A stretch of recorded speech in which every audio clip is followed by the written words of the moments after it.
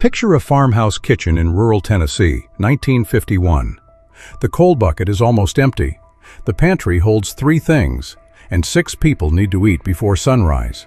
Breakfast costs less than a nickel, and it is better than anything you will find at a drive-through window today. Here is what most food channels will never tell you. When we get to number 17, you will find out that the United States government was actively telling working-class Americans to eat it during wartime. Not because it was fancy, but because it was genius. And number 4? Food researchers spent years trying to understand why it was so effective. Turns out, families in the rural South had already solved a nutritional puzzle that science would not catch up to for another 50 years. And at number 11, we are going to talk about a breakfast so tied to one region's identity that when it disappeared, an entire culture lost a piece of its morning. These 25 breakfasts are not relics of failure. They are evidence of intelligence. People with almost nothing figured out how to keep a household running, warm, and fed, before anyone invented a mascot to sell them something in a box. Before we get into it, subscribe, because by the time we reach number 1, you are going to want to try at least 3 of these before the week is out. Let us count down the 25 greatest forgotten poor man breakfasts in American history. Number 25. Bread and bacon grease. There was a coffee can on the stove in almost every working-class kitchen in America from the 1920s through the 1960s. Not for coffee, for grease. Every time bacon hit the pan, every drop of rendered fat that came off it went into that can. Nothing was poured away. Nothing was wasted. Morning came, and a thick slice of white bread went into the same skillet, soaking up whatever remained in the pan. Then a scoop of yesterday's drippings, warm, salty, faintly smoky, spread across the surface like a condiment money could not buy, because it was free. A loaf of bread ran about 14 cents in 1952. The grease cost nothing. It was a byproduct of a meal that had already been eaten, and yet it turned plain bread into something with depth and character. That savory, smoky fat soaked in at the edges and crisped against the heat of the pan in a way that no amount of olive oil or artisan butter has ever truly replicated. The 1970s brought a wave of nutritional warnings about animal fats. The coffee can vanished from stovetops almost overnight. Later research would show the original warnings were overblown. Bacon grease carries less saturated fat than butter, but by then the habit was gone. A generation had been convinced that free flavor was dangerous. Number 24. Cornmeal mush. Across Appalachia and the Deep South, there was a pot on the stove before the sun came up. Inside it, cornmeal was being stirred into boiling salted water, slowly, patiently, until the whole thing thickened into something so dense a wooden spoon would hold its place upright without sinking. A 5-pound sack of cornmeal cost roughly 20 cents and fed a family breakfast for 2 full weeks. You do the math. That is about 1 cent per serving. Eaten hot with a pour of sorghum molasses or a splash of buttermilk, cornmeal mush had a gentle sweetness and a weight to it that settled into your ribs and stayed. Coal miners and sharecroppers went to work on this. Children scraped bowls clean. The second-day version deserves its own paragraph. Leftover mush was poured into a loaf pan and left to chill overnight. By morning, it had set firm, and it was sliced thick and laid into a skillet of hot lard until the outside turned deep golden and the inside stayed creamy. Put a fried egg on top of that, and you had something most people today would pay $14 for at a weekend brunch spot. Instant oatmeal packets replaced it. A 1-cent breakfast was swapped for a $1 packet that delivers half the nutrition and none of the texture. Number 23. Milk toast. Sick days called for milk toast. So did tight weeks, empty cupboards, and mornings when the stomach did not feel right.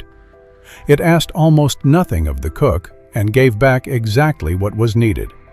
A slice of bread went into the toaster or held over the stove flame until it crisped and browned. Butter lightly into a bowl.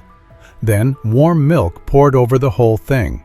Just enough salt, a pinch of sugar, and the bread softened slowly from the edges inward until the whole bowl became something between a soup and a porridge. Milk was delivered to the doorstep for around 20 cents a quart in the early 1950s. Day-old bread cost even less. Together, they produced a meal so gentle and warm that it served equally well for a child running a fever and a man who had been laid off the day before. Nobody needed a recipe. Nobody needed skill. You needed a stove and 2 ingredients that were already in the kitchen. There was something quietly dignified about that. By the 1970s, canned soup had taken its place, and milquetoast slipped out of memory so completely that people who did not grow up eating it find the concept almost unbelievable. Those who did remember it differently. They remember it as comfort without pretension. Number 22. Red-eye gravy and biscuits. In cast-iron skillets across the rural South, country ham was fried until the edges went almost black. Then, before the pan cooled, black coffee went in. That was it. The coffee pulled up every bit of browned fond from the surface and turned it into a thin, dark, savory liquid with a faintly bitter edge and a reddish pool of fat floating at the center, the red eye. Split buttermilk biscuits went underneath. The gravy went over the top. Country ham ran about 4 cents a pound in 1954. The coffee was already brewed. The biscuits cost pennies in flour, lard, and buttermilk. The full table, 6 people, enough food to get them through a morning of physical labor, cost less than 25 cents. The flavor of red-eye gravy is not easily described to someone who has never tasted it. Salty and rich from the ham, slightly bitter from the coffee, deeply savory in a way that makes modern breakfast gravy taste like flour paste by comparison. You will not find it at any chain restaurant today. It requires a well-seasoned cast-iron pan, a specific quality of cured country ham, and a willingness to use yesterday's coffee as an ingredient. That combination of demands made it unscalable, so it was left behind. Number 21. Oatmeal with lard. Before brown sugar and maple syrup became the default oatmeal toppings, there was the version that nobody talks about anymore. A spoonful of lard stirred into hot oats with a good pinch of salt. No sweetener, no fruit, just fat and grain. The fat made the oatmeal rich and slow-burning. A man who ate sweetened oatmeal was hungry again by mid-morning. A man who ate oatmeal with lard was still working at noon without thinking about food. A canister of rolled oats cost about 19 cents in 1955. The lard was already on the shelf. Children did not choose this breakfast. Their mothers stood at the stove, and they ate because the alternative was going hungry, and because full bellies mattered more than preferences. What is interesting is that nutritionists today recommend adding fat to oatmeal, olive oil, nut butter, coconut oil, to slow the glycemic response and extend satiety. The science arrived about 70 years after working-class American kitchens had already figured it out, using the cheapest fat available, because they had no choice but to get it right. Number 20. Fried egg sandwich. 1 egg, 2 slices of white bread, a hot skillet with whatever grease was in the pan. That was the whole recipe. The egg went in and the edges laced brown and crispy in the fat. Salt and pepper over the top. Both slices of bread pressed flat. The yolk broken or left whole, depending on who was making it and who was eating it. The bread absorbed the runny center, and the grease from the pan flavored the whole thing in a way no amount of aioli ever could. Eggs ran about 60 cents a dozen in 1956. 1 egg per sandwich meant a family of 5 ate breakfast for less than a dime total. Factory workers carried them wrapped in wax paper. Children ate standing at the counter with school bags over their shoulders. Today, The fried egg sandwich has been reinvented into a brunch item that costs $8 and arrives on sourdough with avocado, microgreens, and a runny egg that was planned by someone with a culinary degree. The 1955 version cost a nickel and was better.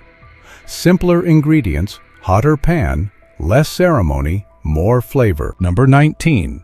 Tomato gravy. Not every kitchen had meat. Not every pantry had fresh milk.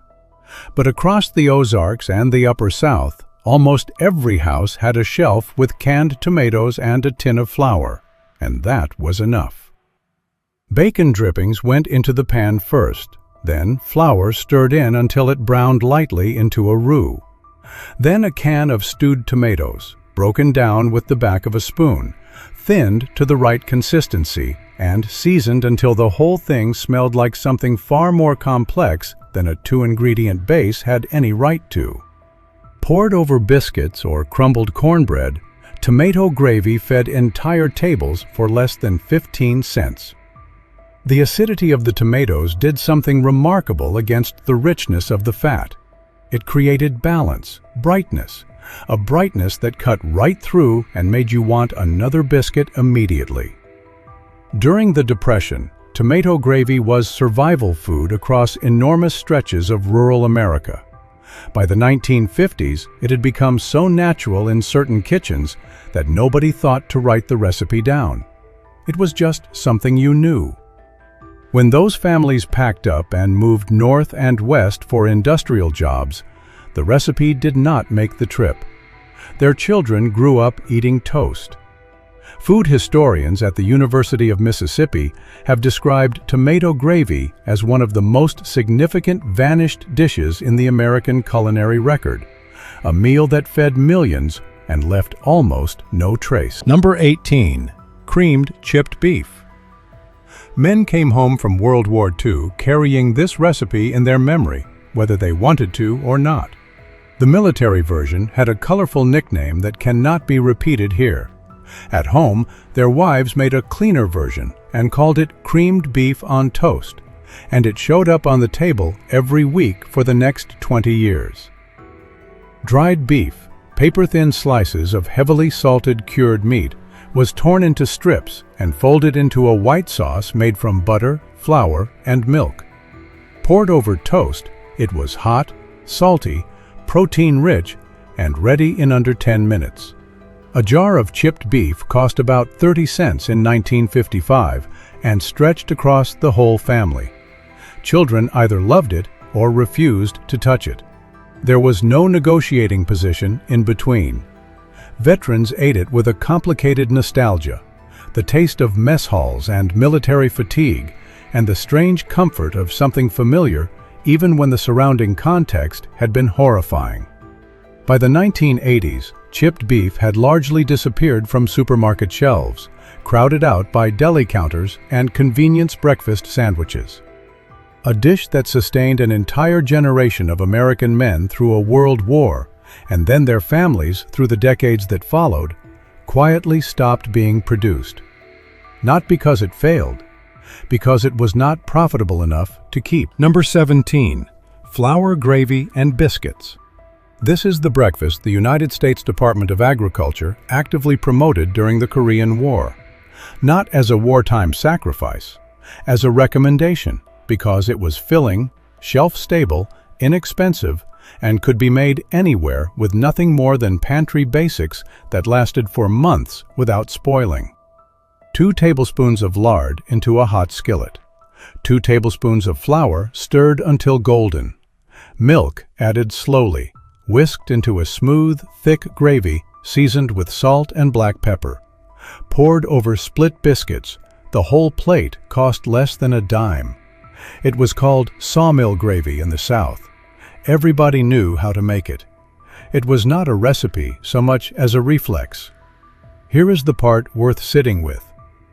When Kellogg's and General Mills launched their national advertising campaigns through the 1950s and into the 1960s, their messaging was specifically designed to make homemade cooking feel old. Modern mothers poured cereal, the ads implied. Women who stood over a stove making gravy from scratch were stuck in the past. It worked. Within a single generation, daily biscuits and gravy shifted from a household staple to an occasional weekend thing. Those cereal companies built billion-dollar businesses, convincing families to stop eating something better, cheaper, and more nourishing, and to pay for something that, in the case of cornflakes, contains 17 separate ingredients, including multiple forms of sugar. Sawmill gravy has 4. Number 16. Johnny Cakes cornmeal, boiling water, salt, and a spoonful of lard. Mixed together, shaped into flat rounds, and fried on a greased griddle until the outside crisped and the inside stayed soft and faintly creamy at the center. Johnny Cakes predate this country. The recipe traces back to Native American cooking and arrived in New England farm kitchens and Appalachian households almost unchanged over 3 centuries of use. In 1953, a full plate of Johnny Cakes with sorghum syrup cost less than a nickel to produce. Children ate them with their fingers, too impatient to wait for a fork. Mothers flipped them with a practiced motion that sent a small puff of hot cornmeal steam into the kitchen air. By the early 1960s, boxed pancake mix had taken over. A breakfast with 300 years of continuous use in American cooking was displaced in under a decade by a product that came in a cardboard box with a cartoon on the front. The convenience was real.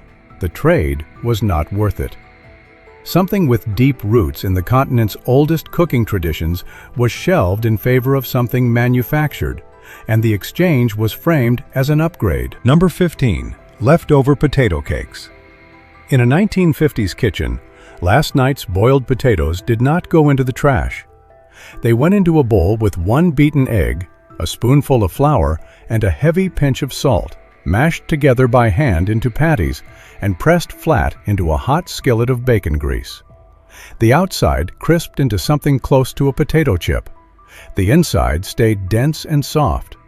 The egg held everything together, while the grease turned the edges almost dark at the spots where the starch hit the hottest part of the pan. Potatoes ran about 4 cents a pound in 1955. The egg and flour added nearly nothing to the cost. But the real economy was in the concept itself. Not a single thing wasted, a second meal pulled from the remainder of the first. Children fought over the crispiest cakes.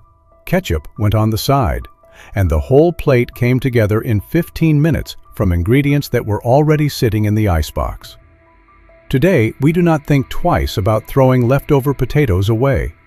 In 1955, that kind of wastefulness would have been genuinely alarming to anyone managing a household on a factory wage. Number 14. Coffee soup. This one stops people. The name alone is enough to make a modern kitchen audience skeptical. In Scandinavian American farm communities stretched across Minnesota, Wisconsin, and the Dakotas, breakfast was a bowl of torn, stale bread submerged in hot black coffee, finished with cream and sugar. That was coffee soup. Immigrant families brought the practice from Sweden and Norway, where similar combinations had sustained farm workers for generations. What sounds strange on paper worked in the bowl. The hot coffee softened the bread into a warm, lightly sweet mush. The cream added richness. The sugar dissolved slowly from the surface down. Adults got their caffeine. Children got their calories. The bread that would have gone stale and been wasted became the main event. The whole thing was ready in the time it took to pour a cup.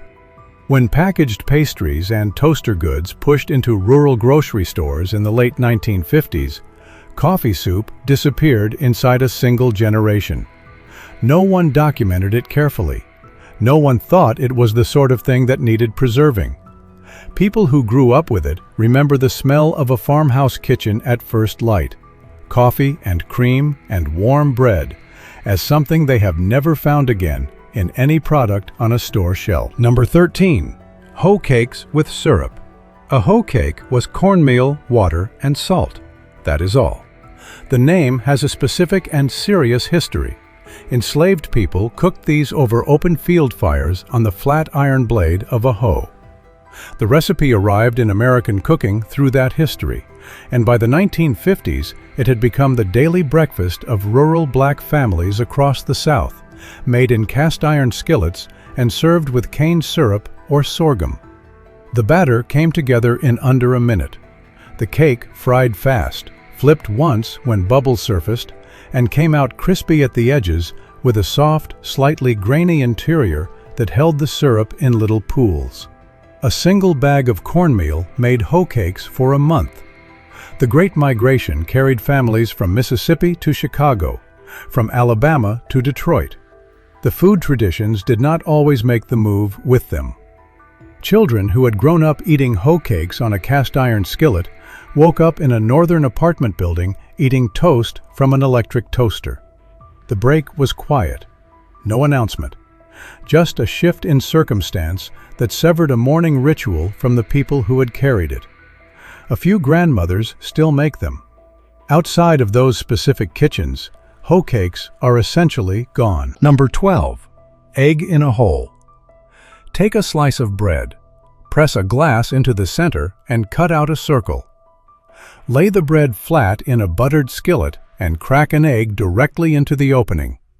Cook it until the white sets firm and the yolk stays soft. The cut-out circle goes into the pan at the same time, fried until golden, and pulled out for dipping. It sounds almost too simple to be interesting. What made it work was that children who refused fried eggs and children who refused toast would eat both without hesitation when they arrived in this form, bread and egg unified, the yolk running slightly when the toast circle broke through it. Mothers understood this trick in the practical, unglamorous way that parents understand anything that gets food into a resistant child. 1 egg, 1 slice of bread, a pat of butter. Breakfast for a child for about 3 cents. The name shifted depending on the state. Toad in a hole, egg in a basket, one-eyed Jack, gash house egg, but the method was universal. Frozen waffles and toaster pastries ended it. They promised a skillet-free morning and delivered it, and cleverness left the breakfast table along with the pan. Number 11. Scrapple. In Pennsylvania Dutch country, scrapple was not a budget food. It was a philosophy. After a hog was butchered, everything that could not be cured or roasted, the liver, the scraps of shoulder meat, the trimmings too small to use elsewhere, went into a pot with cornmeal and seasonings and cooked down into a dense, savory loaf. Chilled overnight, sliced thick in the morning, and laid into a hot skillet until the outside shattered and the inside stayed creamy and soft. The smell of it frying on a Saturday, sweet pork fat and toasted cornmeal drifting out through a screen door, was, for entire communities stretching from Lancaster County to Allentown, the definitive smell of a weekend morning. Children drowned it in maple syrup. Adults ate it straight with black coffee and a fried egg. Scrapple sold for around 20 cents a pound in 1955. Cheaper than bacon, more filling than either ham or sausage, and tied to a butchering tradition that had been running for generations. The supermarket era broke it. Scrapple needed to be made fresh and used quickly. The national grocery chains could not carry it reliably.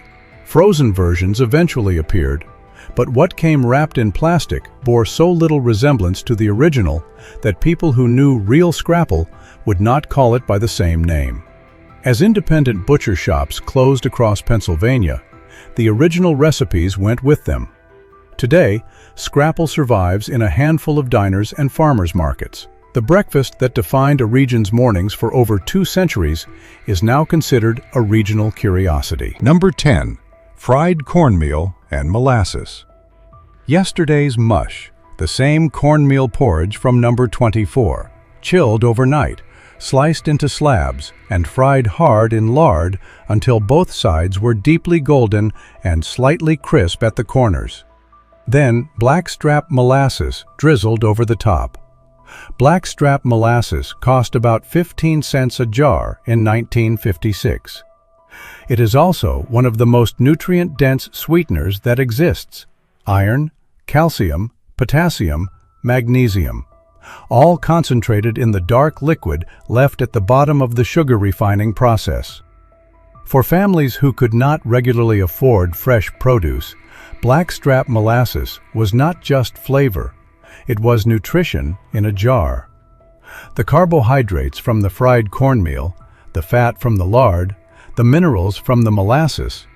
This was a plate built without any nutritional education or scientific framework to fuel a body through a long physical day.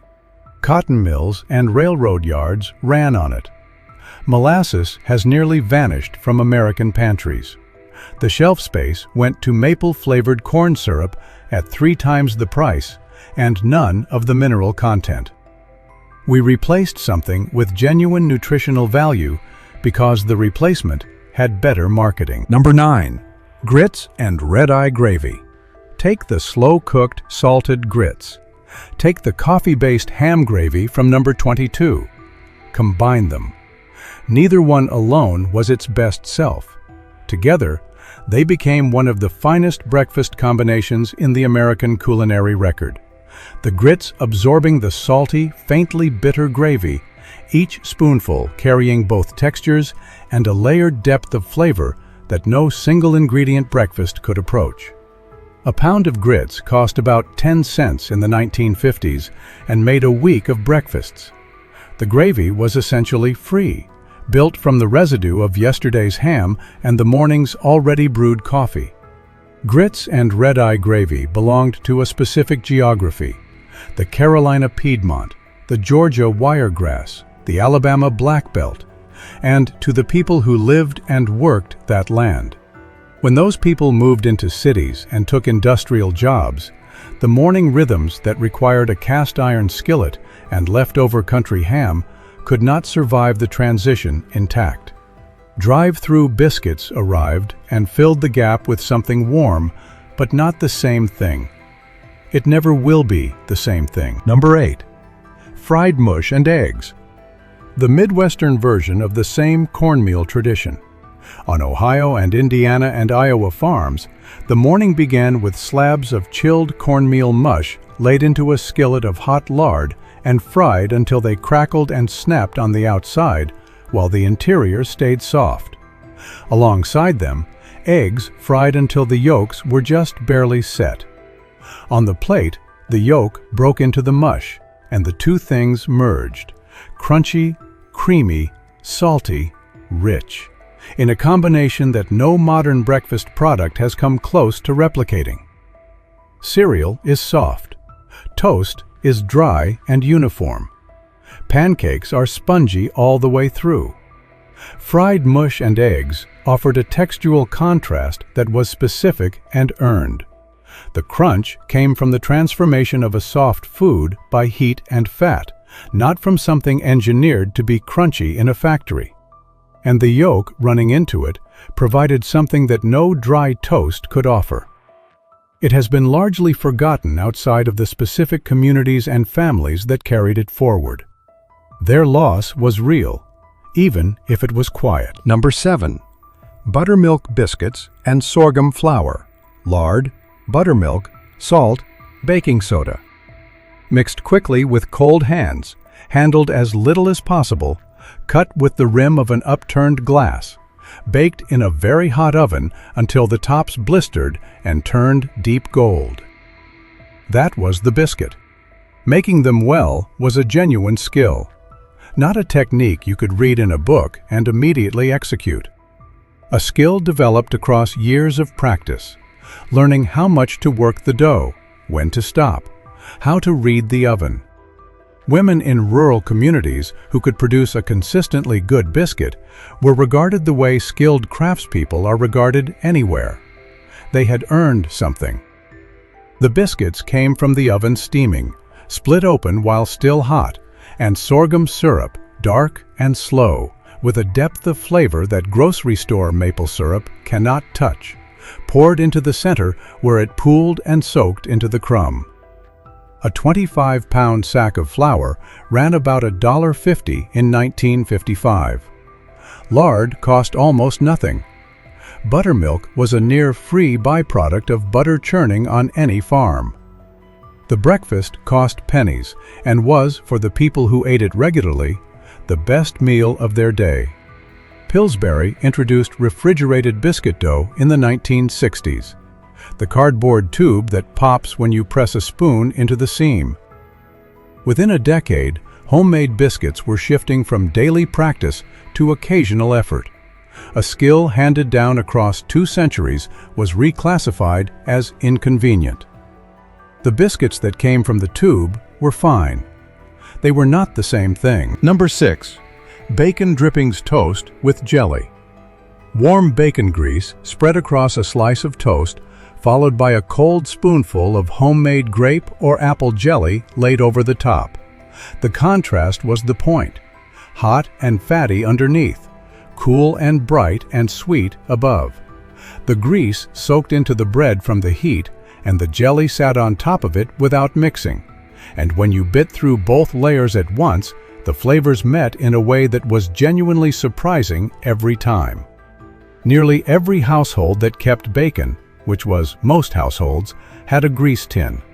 Nearly every household that kept a garden, which was also most households, had preserved jelly from the summer's fruit. These 2 things were already present in the kitchen. The combination cost nothing additional and produced something that the people who grew up eating it remember with a specific vividness that does not attach itself to things that were merely fine. It disappeared when the grease tin disappeared. When animal fat fell out of fashion, the ingredient that made this possible stopped being kept. The jelly stayed. The foundation it sat on was thrown away. Number 5. Rice and milk. Leftover rice from last night's supper, cold, already cooked, already in the icebox, placed in a bowl, covered with cold milk, sprinkled with sugar. No heat required, no preparation, no dishes beyond the bowl and a spoon. This was breakfast for millions of American households, especially across the South and in Asian American communities along the West Coast. The rice had already been made. The milk was already bought. The sugar cost about 4 cents a pound and dissolved slowly into the milk from the bottom of the bowl upward. It was, essentially, the original cold cereal.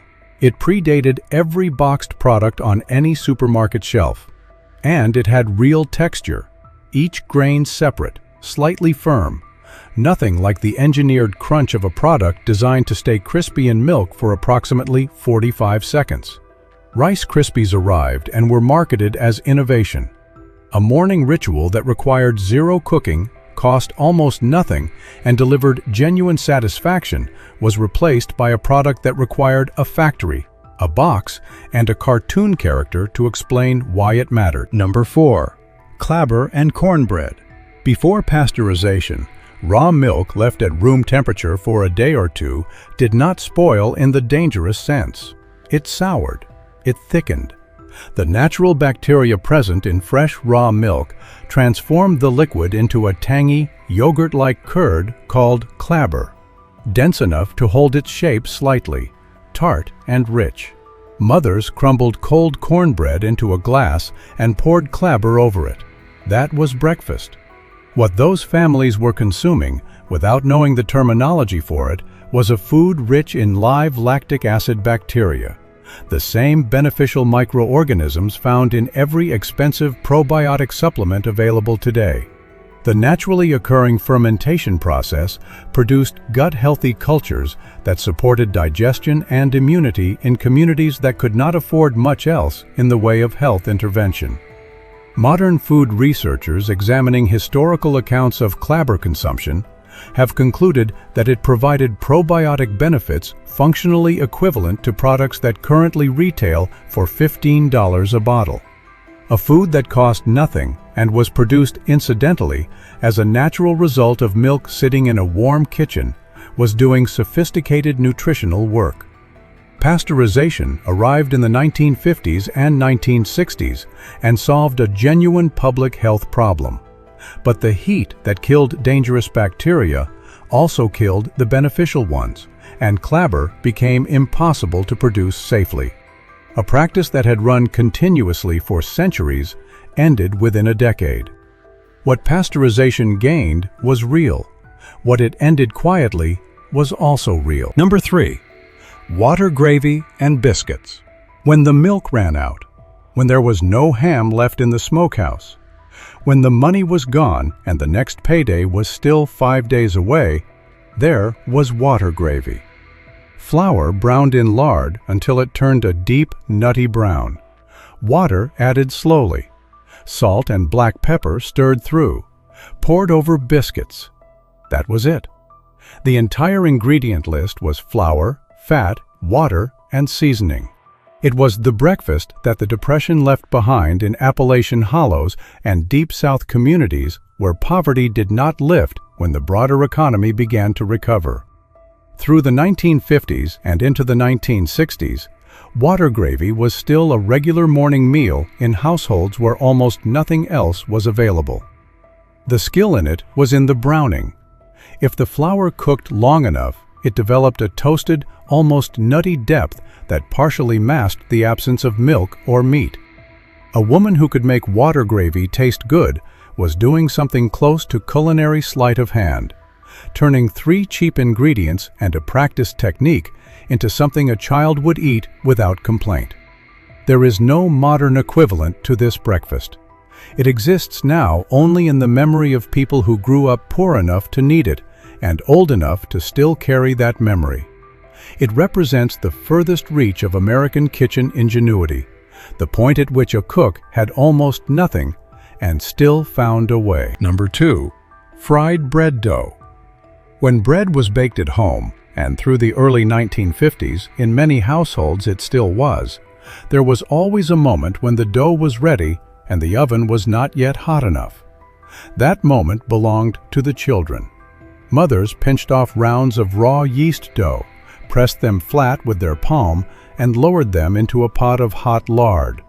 The dough hit the fat and immediately began to puff and expand, rising as it fried, turning from pale and flat to golden and hollow inside. Dusted with sugar, drizzled with honey, handed to children who had been standing at the stove watching for exactly this moment. The smell alone deserves documentation. Warm yeast and hot fat and caramelized sugar moving through a kitchen at once. Nothing since has replicated that particular combination, because that particular combination required bread being made from scratch on a weekday morning, which stopped being common practice when store-bought loaves took over in the late 1950s. You can find fried dough at state fairs today. It costs $5 or $6. In 1953, it was free, because the dough was already being made for a different purpose, and the children who ate it off the paper plate were eating something that existed only because the kitchen was already working. Number 1. Biscuits and pot liquor. Pot liquor was what remained in the pot after greens had been boiled. Turnips, collards, cabbage, whatever the garden or the market had provided. The vegetables gave up their nutrients to the cooking water over the long, slow simmer, and what remained was a dark, salty, mineral-rich broth that smelled of the earth and tasted of everything the greens had contained. Modern kitchens pour it down the drain. In a 1950s rural household, it went into a jar beside the stove, the same place the bacon grease lived, ready to be reheated the next morning and poured over split biscuits. Pot liquor contained iron, calcium, potassium, and vitamin C, concentrated from the vegetables into the liquid during cooking. Nutritionists at Tuskegee University documented its health value as early as the 1930s, finding that families who consumed it regularly experienced significantly lower rates of anemia and malnutrition compared to those who did not. It was, effectively, a free multivitamin produced as a byproduct of making supper. The biscuits cost pennies. The pot liquor cost nothing. The greens had already fed the family the night before. This breakfast was built entirely from what would otherwise be thrown away, and it delivered more measurable nutritional benefit per serving than almost anything in a modern grocery store's breakfast aisle. We decided it looked unappealing. We decided it smelled old-fashioned. We poured it out and then spent money we did not have on supplements to replace what we had just discarded. Here is what I want to leave you with. These were not breakfasts born from ignorance. They were built by people with nothing, who understood, through necessity, repetition, and hard experience, exactly what a body needed to function through a physically demanding day.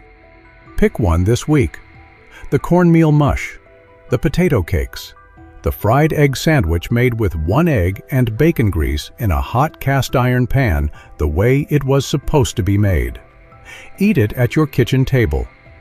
Then decide for yourself whether the people who invented these recipes knew something that got lost somewhere between their kitchen and yours. Drop in the comments which one you are going to try, or if your family still makes any of these, tell us where you are from. That history belongs to all of us.